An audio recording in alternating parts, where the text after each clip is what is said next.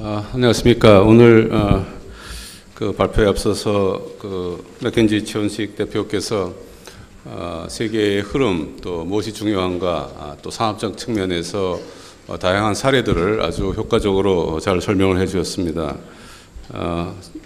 제가 사실 발표를 잘 못하고 안 하는데 이게 워낙 중요하다고 해서 또 제가 지난 1년간 준비한 것에 대해서 저도 많은 토론을 해서 내용도 숙지를 하고 있었기 때문에 오늘 이 발표에 제가 직접 나서게 됐습니다. 아마 제 발표에서 부족한 점은 이후에 토론이나 패널에서 여러분들께서 많이 궁금하신 것을 확인하실 수가 있겠습니다. 제가 발표드리려고 하는 것은 아까 제가 그 개회사에서 말씀드렸듯이 지능정보사회 추진단이 미래부 조직으로 9월 1일 이후 결성되어서 정부의 여러 개, 6개 이상 부처가 참여를 해서 만든 그런 내용을 이제 요약해서 오늘 발표를 드리는 것이고, 구체적이고 자세한 것은 이제 월말이나 내년 초에 발표가 다시 될 것이고, 정부 안으로 채택이 되고 구체적인 시행은 이제 내년부터 들어가게 될 것이 되겠습니다. 그래서 이 안에 주요한 내용은 정부 정책으로 채택될 내용의 이제 얼개이다, 이렇게 이해를 하시면 되겠습니다. 제가 오늘 말씀드릴 것은 첫 번째로 이제 오늘 주제가 지능정보 사회니까 지능정보가 무엇인가 하는 얘기를 아까 최원식 대표가 대충 드렸습니다만 다시 한번 짚어보고 이것이 가져올 임팩트, 변화에 대한 전망을 좀 살펴보겠습니다. 그리고 이것에 대처하는 국가적인 전략이 필요한데 이것에 대해서 저희가 그동안 준비한 내용들을 소개를 하나하나 드리겠습니다. 먼저 배경이 되겠습니다. 이 지능정보 기술이 이제 제4차 산업혁명의 가장 핵심 기술이 되고 있습니다.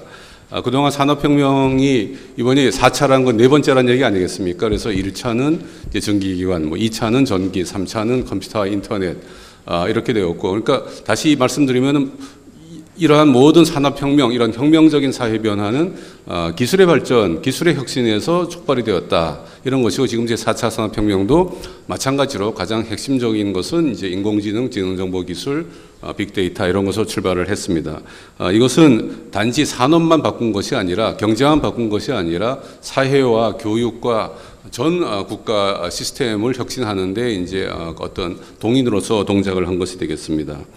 그래서 4차 산업혁명은 사회 전반을 변화시키기 때문에 우리가 이것이 모멘텀을 이해를 하고 더 늦기 전에 이러한 데서 중장기 관점에서 대응이 필요하다 하는 점에서 저희가 시급하게 이 중요성을 작년부터 깨닫고 1년간 준비를 해서 오늘 발표를 하게 된 것입니다.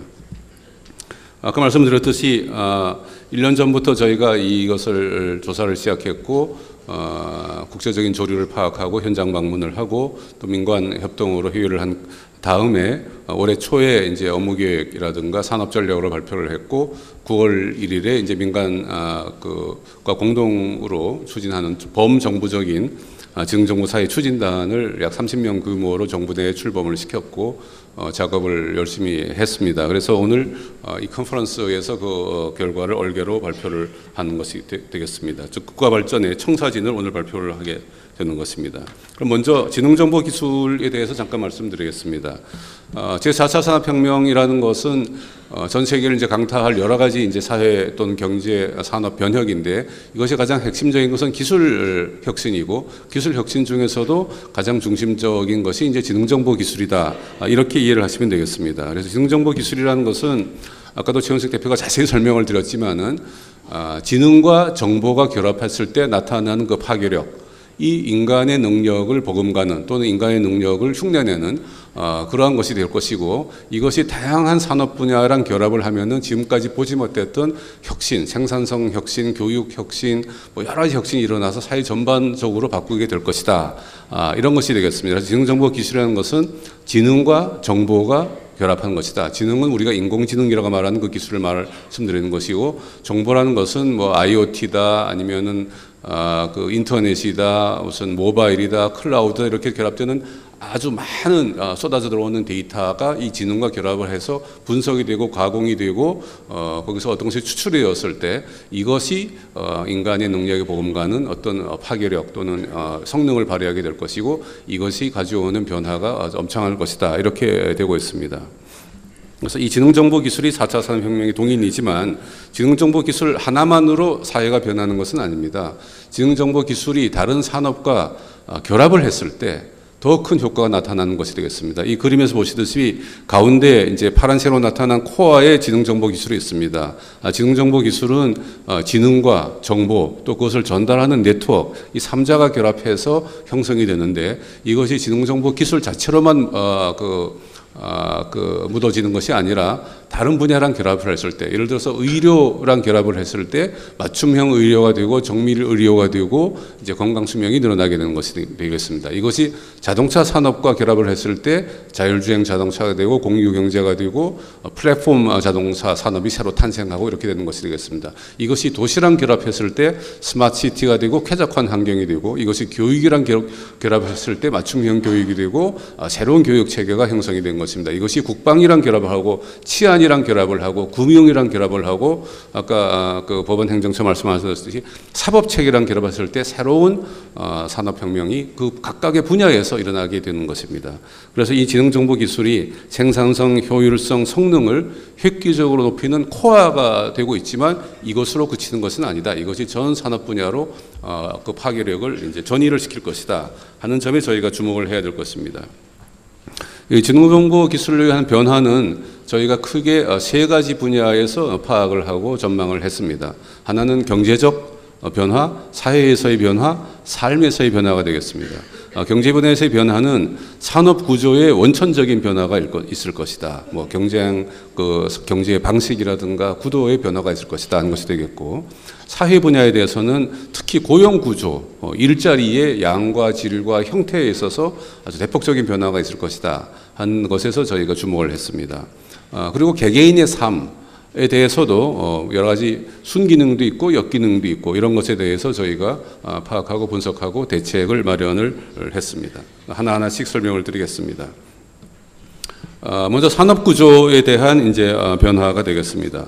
먼저 경쟁의 원천이 옛날에는 뭐 공장 시설이라든가 인력이라든가 이런데 또는 자본 투입이라든가 이런 데가 경쟁의 어떤 그 힘이 되었는데 지금 그게 아닙니다. 여기 보시다시피 경쟁의 원천은 데이터와 지식에 기반이 되는 기업이 살아남는다. 이렇게 되고 있습니다. 이 아래 그림을 보시면은 그래프를 보시면은 올해 8월에 발표한 세계에서의 글로벌 10대 기업을 이렇게 보면은 그 중에 7개의 기업이 이미 이 데이터와 지식을 보유하고 그것을 플랫폼화 시켜서 여러 가지 산업에 진출하는 그러한 모델 기업임을 알 수 있습니다. 그리고 이러한 비중이 그 전에 10년 전에 봐서 훨씬 늘어났고 앞으로도 주도적으로 이러한 기업군이 산업을 지배하고 세계를 호령할 것이다 이렇게 보고 있습니다. 그래서 데이터가 중요하고 데이터의 가공이 중요하기 때문에 이것이 현실적으로 일어나는 그 본거지인 그 본국의 산업체를 또는 산업이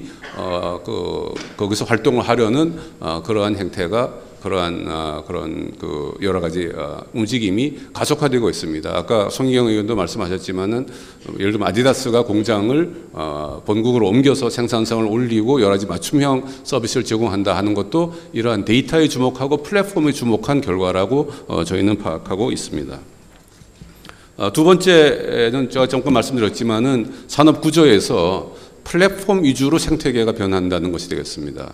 예를 들면 자동차, 그러면은 옛날에는 한 자동차 회사가 뭐 바퀴부터 엔진부터 여러 가지 전장까지를 모두 다 만들고 수리도 자기가 하는 또 금융 구조까지 자기가 파이낸싱을 하는 이런 단일 체제로 스탠드 언론 체제로 모든 산업 회사가 돌아갔는데 앞으로는 그러지 않고 플랫폼을 갖추고 거기에다가 여러 서드 파티가 서플라이하는 최적화된 효율화된 그런 방식으로 합쳐가지고 나가는 그러한 방식으로 이제 협업의 체제로 바뀔 것이다. 아까 최원식 대표께서도 싱가포르 예를 많이 드셨습니다만은 이런 협업의 체화가 됐을 때 누가 그 플랫폼을 지배하는가에 따라서 경쟁력의 원천이 쉬프트를 하게 되고 경쟁력에 따른 어떤 과실을 따먹는 그런 산업 주체가 달라진다는 것입니다. 예를 들어서 자동차는 더 이상 자동차 회사가 아니라 플랫폼 제공자가 지배하게 될 것이다.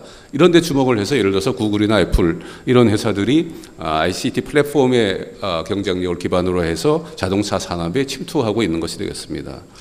예를 들어서 GE나 이런 회사들도 인더스트리얼 인터넷으로 해서 인터넷 기반으로 모든 가전 제품을 지배하려고 하고 있고 GM이라는 자동차 회사도 더 이상 자기는 기계 회사가 아니고 소프트웨어 회사다 이렇게 디클레어하는 그런 것이 현실을 이미 나타나고 있습니다.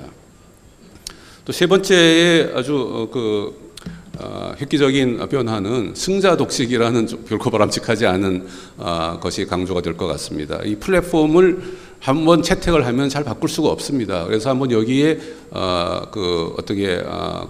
선택을 여러 가지 이제 고려해서 하겠지만은 한번 여기에 진입을 하게 되면은 그 플랫폼 내에서만 활동하게 되기 때문에 플랫폼을 제공하는 그 승자의 어떤 생태계에서만 활동을 할 수 있게 되는 그러한 어떤 생태계의 변화가 일어나게 됩니다. 그렇기 때문에 이 플랫폼을 장악하지 못하거나 플랫폼을 제공하지 못하는 회사들은 도태되기 마련입니다. 그렇지만 이 플랫폼을 기반으로 해서 작은 회사들이 스타트업들이 전 세계로 빠르게 진출할 수 있는 새로운 기회도 또한 제공이 된다. 이런 점에 저희가 또 주목해야 될 것 같습니다. 고용 구조 엄청나게 변합니다. 올해 초에 이제 아까 그 세계경제 포럼에서 발표를 할 때도 이 고용 구조에 주목을 해서 발표를 했기 때문에 이 지능정보기술이라든가 제4차 산업혁명의 어두운 면만 굉장히 강조가 됐던 것 같은데 고용 구조는 어떻게 변할 것인가?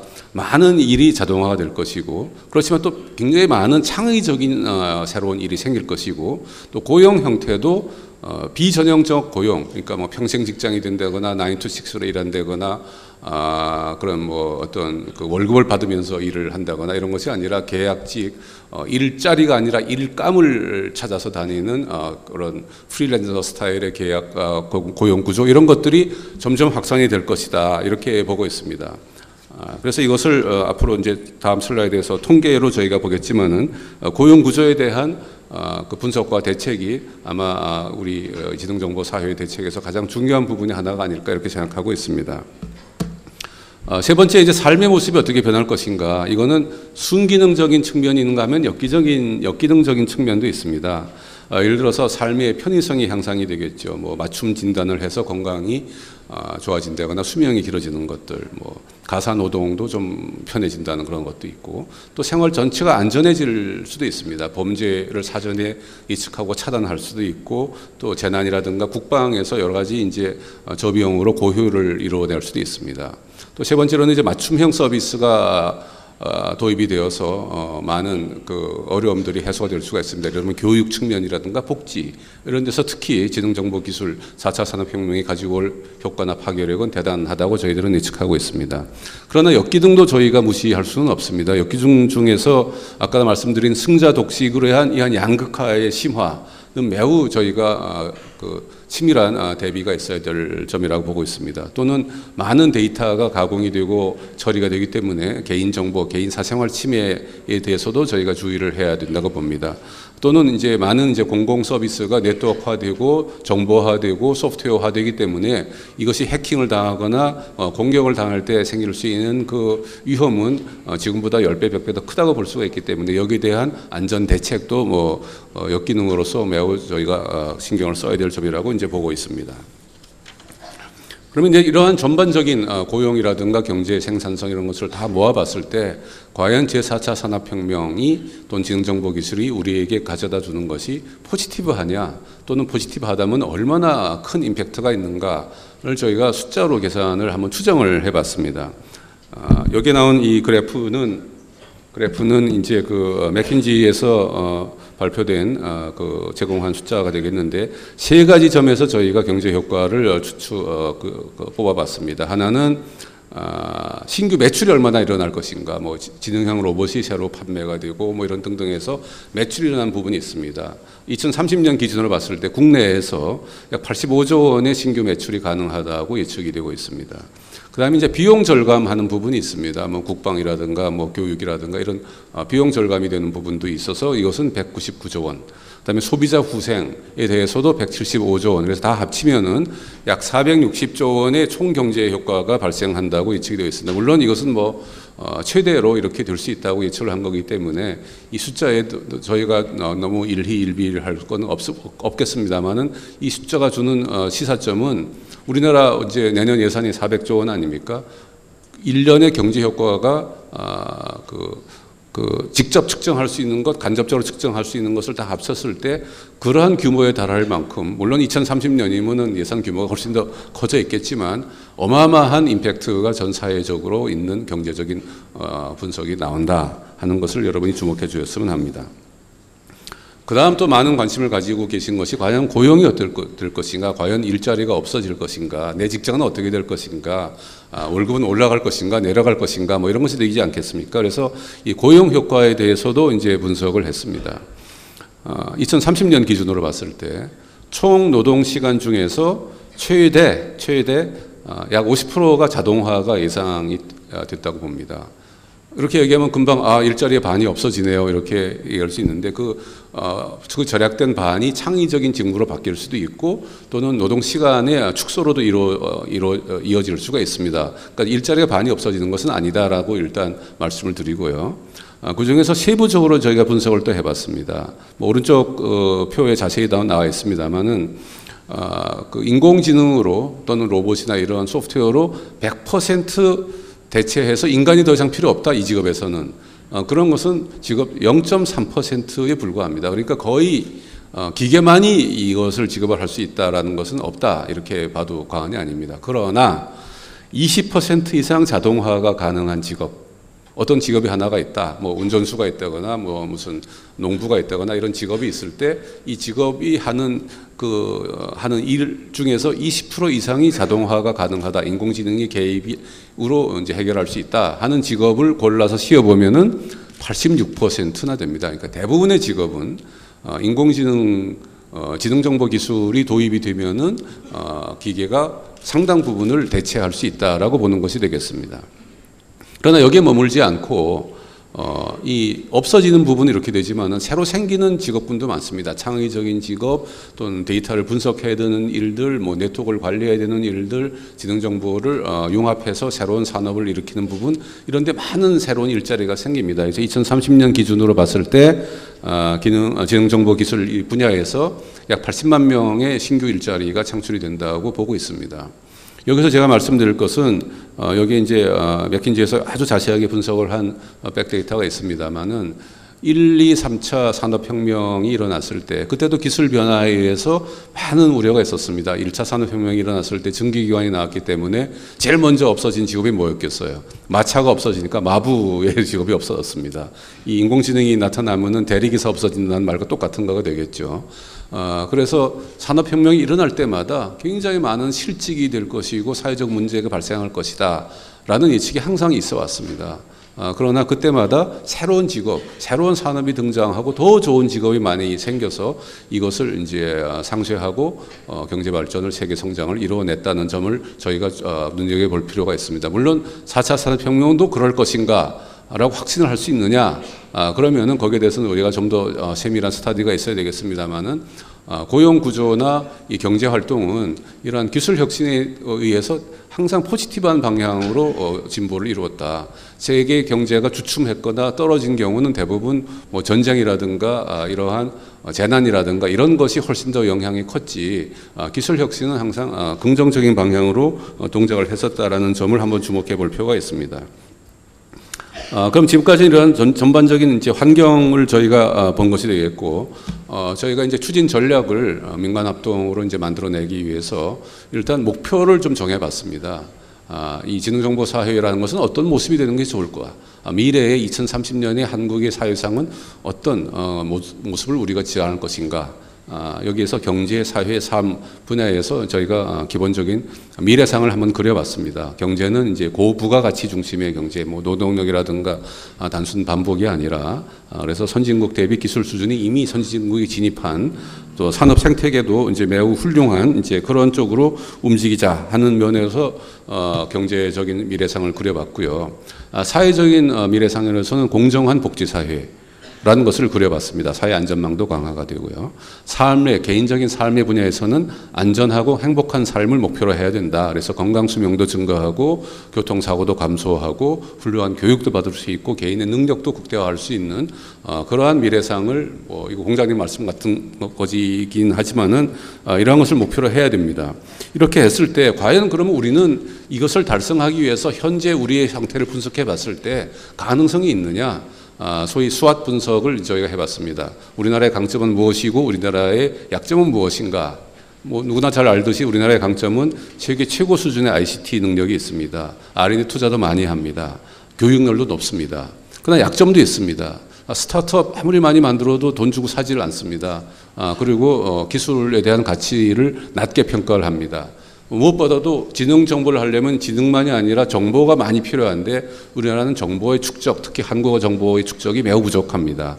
교육 체계 매우 획일적이어서 창의적 인재가 잘 배출이 되지 않습니다. 뭐 이런 등등의 약점이 있고 그러나 우리한테는 이제 기회, 글로벌로 진출하려는 뭐 여러 가지 기회도 있습니다. 또 위협도 있습니다. 그래서 이런 것들을 다 살펴봤을 때 우리가 어떠한 분야에서 어떻게 준비를 하면은 성공할 수 있는가 하는 그 기본적인 트랙을 저희가 시나리오를 한번 그려봤습니다.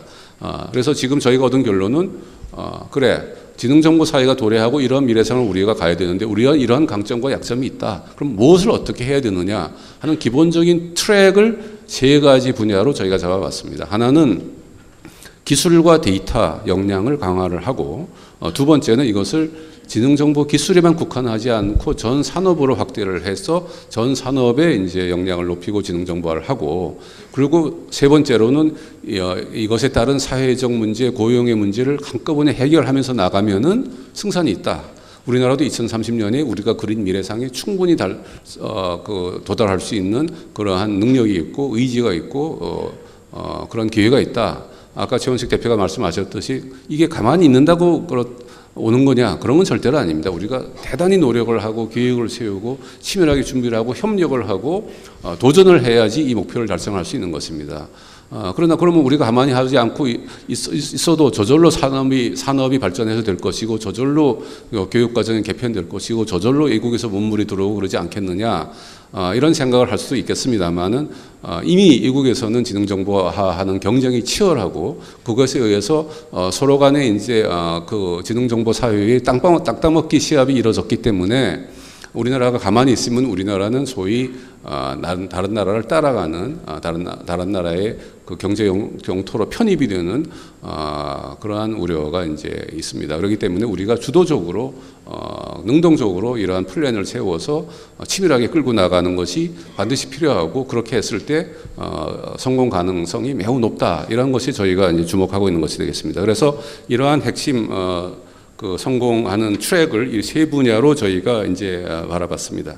그래서 비전을 지능정보 사회를 실현하는데 그냥 지능정보 사회가 아니라 인간 중심으로 해야 되겠다. 이 지능정보 사회가 됐을 때 뭐 기계가 득세를 하고 뭐 기계에 인간이 지배를 당하고 그러면 안 되겠죠. 그래서 인간 중심의 지능정보 사회를 실현을 하는데 이 실현을 함에 있어서 주체는 기업이 되고 국민이 되고 거기에 전문가 학계와 정부는 지원을 하는 이런 체제로 나가야 되겠다. 그래서 국민의 걱정이라든가 기업의 요구가 잘 수용이 되고 이제 녹아 들어가는 그러한 비전 전략을 저희가 만들어야 되겠다라고 이제 결정을 했습니다.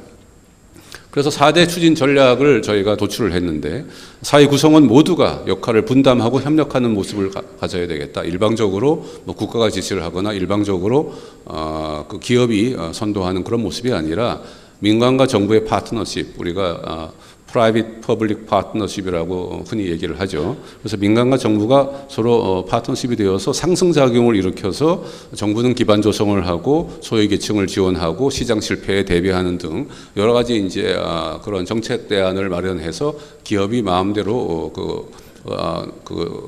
놓을 수 있는 그러한 환경을 만들어주는 파트너십을 첫 번째 전략으로 했고, 두 번째는 이것을 단순히 경제적인 정책이라든가 산업적인 정책으로만 몰고 가는 것이 아니라 사회, 복지 이런 정책과 경제정책, 산업정책을 균형 있게 맞추는, 왜냐하면 지능정보 기술이 임팩트가 골고루 모든 분야에 다가가기 때문에 이것을 반드시 단순하게 산업정책이나 기술정책으로만 볼 수는 없다. 그래서 균형적인 종합적인 정책 방향으로 만들어야 되겠다 하는 전략 기본 원칙을 세워봤습니다. 그리고 세 번째는, 그러나 이것이 워낙 광범위하고 오랫동안 지속되는 것이기 때문에 이러한 것을 모든 분야에서 우리가 한꺼번에 다 하기에는 우리의 역량도 부족하고 시간도 없습니다. 그래서 모델 케이스를 잘 되는 분야를, 또 성공 가능성이 높은 분야를, 또 임팩트가 큰 분야를, 공공적인 성격이 강한 분야를 먼저 전략적으로 지원을 해보자 하는 이제 기본적인 틀을 한번 잡아봤습니다. 예를 들어서 공공 서비스라든가 의료 분야라든가 뭐 제조업 분야 등이 예가 되겠습니다. 그리고 네 번째로는 여기에 법 제도의 개선이 필수적입니다. 여러 가지 윤리적인 문제, 도덕적인 문제뿐만이 아니라 우리가 예측하지 못했던 다양한 분쟁이 생길 수가 있습니다. 그리고 개인정보라든가 개인 권리에 대한 문제도 걱정이 많습니다. 그래서 이런 데 대해서는 저희가 차근차근하게 사회적 합의를 바탕으로 진도를 나가야 되겠다. 그리고 역기능에 대해서도 저희가 철저하게 대비를 하고 거기에 대해서 우리가 논의를 해야 되겠다. 이러한 기본적인 추진 전략을 세웠습니다. 그래서 이러한 것을 바탕으로 해서 기술 분야에서는 크게 세 가지 분야를 잡았습니다. 최고의 솔루션을 만들어야 되겠다. 기술을 만들어야 되겠다. 그리고 많은 데이터를, 부가가치가 높은 많은 데이터를 생산하고 유통하고 활용하는 인프라를 만들어야 되겠다. 그리고서 세 번째는 이것이 돌아다니는 네트워크 플랫폼을 만들어야 되겠다라고 이제 저희가 생각을 했습니다.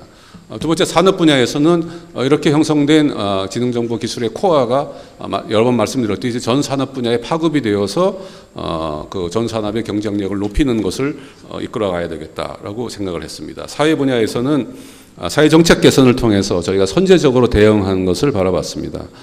교육이라든가 고용이라든가 뭐 복지라든가 개인 삶의 뭐 행복의 추구라든가 이런 분야에 대해서 저희가 사회적 분야에서 여러 가지 대책과 전략을 만들어 봤습니다. 그래서 이것을 다 모아 봤을 때 여기 보시는 바와 같이 기술 분야에서는 글로벌 수준 기술 기반 확보라는 세 가지 세부 전략과제가 도출이 되었고, 산업 분야에서는 전 산업의 지능정보화 촉진이라고 해서 이렇게 네 가지 분야에서 그 주제가 도출이 되었습니다. 사회 분야에서는 사회정책 개선 및 제도 정비라고 해서 이 5가지의 전략과제가 도출이 되었습니다. 이 도출하는 과정에서는 민간 전문가들, 그리고 정부에서 각 부처들, 뭐 교육부, 국방부, 고용부, 기재부, 산업부 등등 여러 부처들의 전문가들과 직원들이 풀타임으로 파견을 와서 오랫동안 논의를 해서 오늘 발표드린 슬라이드에 나오는 한 줄 한 줄이 그 한 줄로 끝나는, 선언으로 끝나는 것이 아니라 거기에 많은 함의가 있고 세부 실행 계획이 이제 따라오게 되고 있는 것입니다. 그래서 오늘은 굉장히 간략하게 저희가 주마간산식으로 넘어가지만 그 내용은 상당한 의미가 중요성이 있다는 말씀을 다시 한번 드립니다. 그럼 먼저 기술 분야에서 보겠습니다. 제가 이 12개를 다 자세하게 설명하기에는 시간이 너무 부족하기 때문에 여기 슬라이드에 나온 제목을 읽는 위주로 한번 설명을 드려보겠습니다. 그 첫 번째는 데이터를 많이 확보를 하고 이것이 가치를 가지면서 유통이 되게 해야 됩니다. 그래서 보시면은 기계학습이 가능한 데이터 기반 구축, 그래서 공공 데이터를 이제 많이 개방하고 또 데이터를 구축을 해야 됩니다. 그리고 이것을 이제 거래할 수 있는 체제를 갖춰야 됩니다. 또는 이것이 유통이 될 때 정확해야 되고 틀리지 말아야 되고 안전해야 됩니다. 그래서 여러 가지 데이터 프리존이라든가 KMI 데이터 프로그램 등 자세한 구체적인 플랜도 저희가 마련했습니다. 물론 이 데이터에 관련된 전문 인력 대단히 부족합니다. 사실 미국에서 예측한 걸 보면은 미래의 가장 유망한 직업이 무엇이냐 하고 보았을 때 1등 직업이 바로 이 데이터 분석가라는 것이 있을 정도입니다. 그래서 이러한 데이터 분석에 대한 것이 첫 번째 주제, 기술 주제가 되겠습니다. 두 번째 기술 주제는 그 세계 수준의 기술을 가져야 됩니다. 지능정보 부분에서 앞에 전략이 정보 부분이라고 하면 지금은 지능에 관한 전략이 되겠습니다. 그래서 여기는 연구개발이 되겠죠. 그래서 뇌과학, 산업수학 이런 이론적 기초를 비롯해서 그다음에 인지라든가 양자 컴퓨팅, 뭐 이런 여러 가지 지능형 사물 인터넷 등 여러 가지 그 실용적인 그 응용 기술까지 저희가 R&D 투자를 확대하는 것으로 되어 있습니다. 그리고 그것을 응용해야 되는데 응용 분야로 예를 들면 국방이라든가 치안이라든가 이러한 공공적이면서 임팩트가 큰 분야에 먼저 선제적으로 해본 것이 포함되어 있습니다. 물론 제도 정비도 포함되어 있고요.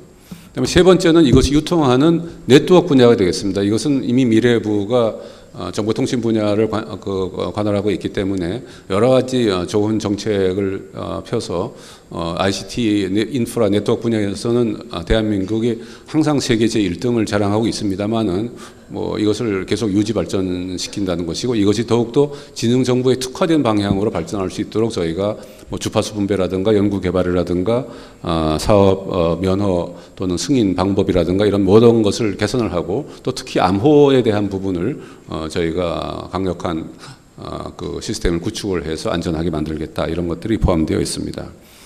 그다음 산업 분야에서는 아까 말씀드렸듯이 산업 지능정보 산업 기술이 전 산업으로 이제 확산되는 것을 주축을 하고 있고 그 중에서 몇 가지를 전략 산업으로 집중해서 먼저 선제적으로 도입을 한다 이런 내용들이 포함되어 있습니다. 첫 번째로 이제 국민 누구나 지능형 공공 서비스의 혜택을 향유하게 하고 또 조기 시장을 창출해서 기업이 쉽게 진입할 수 있는 그러한 인프라를 만드는 것이 되겠습니다. 그래서 예를 들어서 국방 분야에는 전장 전력을 극대화하기 위해서 여러 가지 경계 감시 시스템이라든가 뭐 장비에 관련된 부분을 저희가 그 국방부의 제안과 또 토론을 통해서 확정한 바가 있고 마찬가지로 치안 분야에서도 지능형 범죄 예방을 한다거나 또는 CCTV를 지능형으로 바꾼다거나 여러 가지 빅데이터 분석, 얼굴 인식 프로그램 등등이 먼저 추진이 될 것입니다. 행정복지 분야, 교통, 유통 분야에도 마찬가지로 지능정보 기술을 적용하는 것을 지속적으로 발굴하고 확대할 예정으로 있습니다.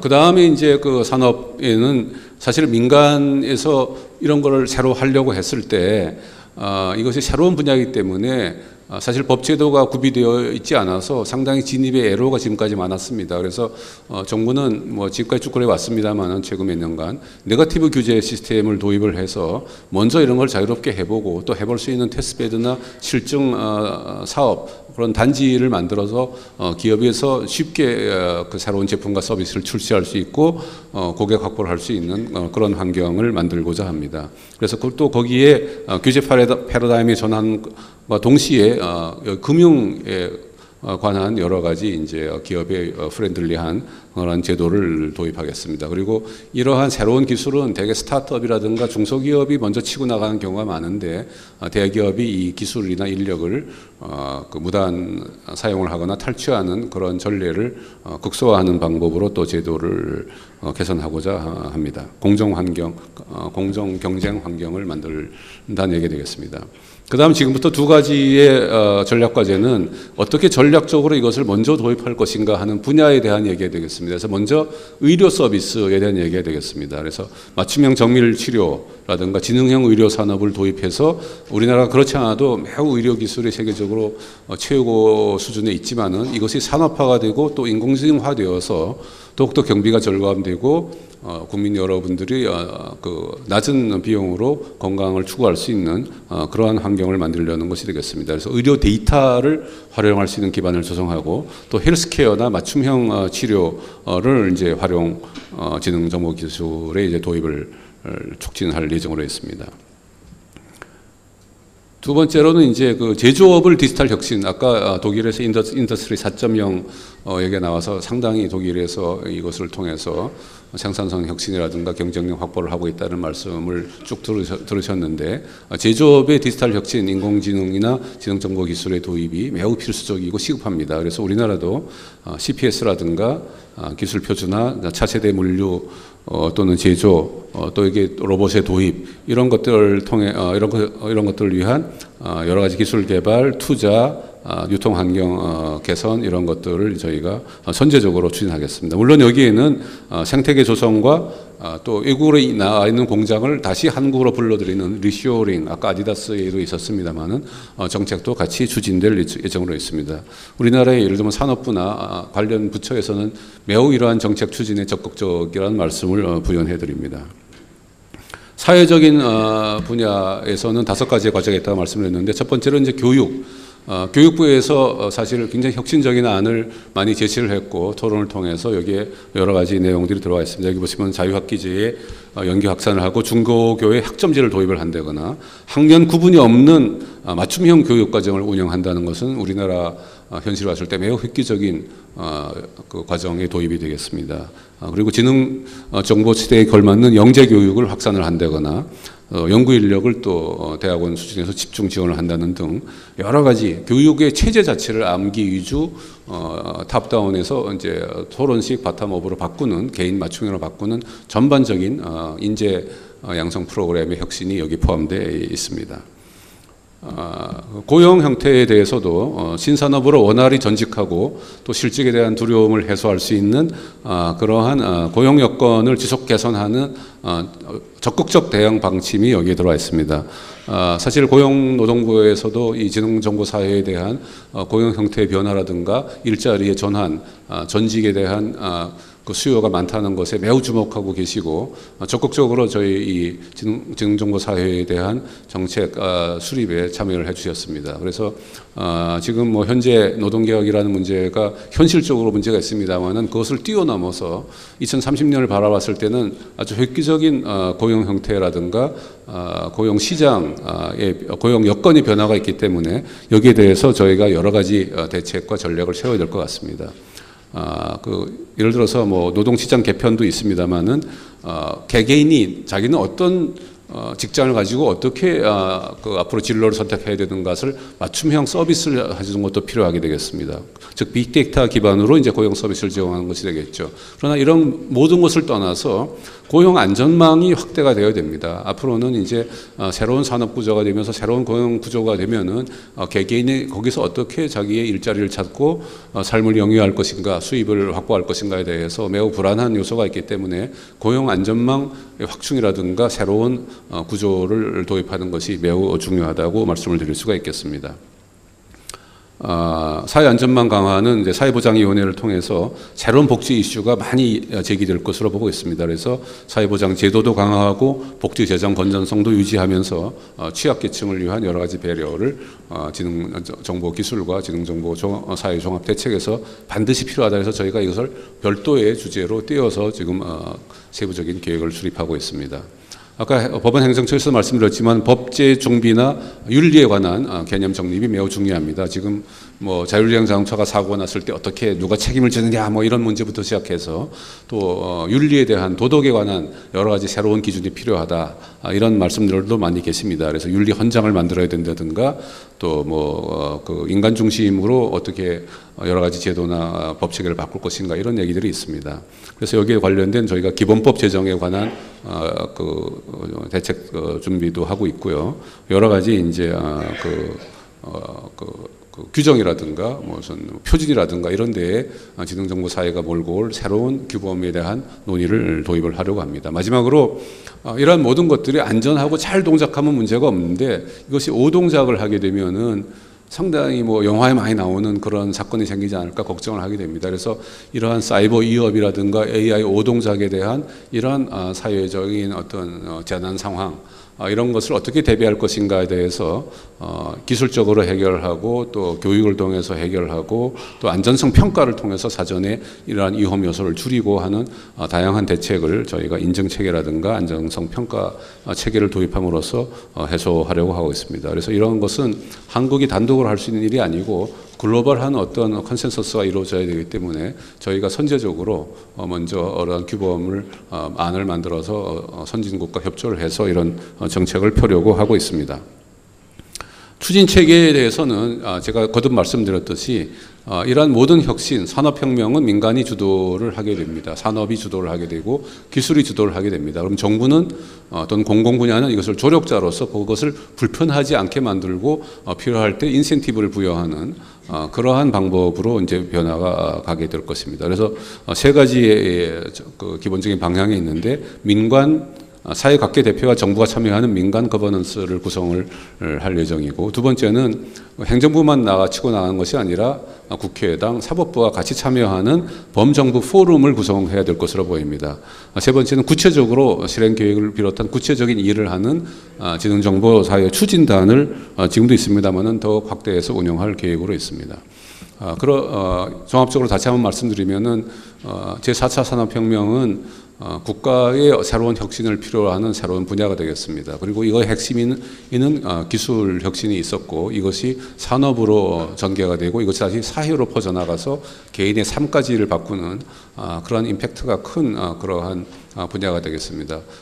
이러한 큰 변화에 저희는 주목하고 저희 1년 가까운 시간 동안 준비를 했습니다만은, 오늘 기본적인 얼개를 한번 여러분께 보여드렸고, 지금부터 저녁 때까지 여러 패널과 토론을 통해서 이것을 좀 더 좋은 방향으로 이끌어 나가고 수정하고 개선하는 그런 노력을 기울일 것입니다. 그리고 앞으로도 이러한 지능정보사회의 추진에 대한 여러 체계라든가 정책에 대해서는 끊임없이 민간이라든가 사회단체들과 소통을 하면서, 또는 정부 부처 국회와 소통을 하면서 저희는 이 안을 좀 더 완숙한 성숙한 안으로 만들어 나가려고 노력하겠습니다. 대단히 감사합니다.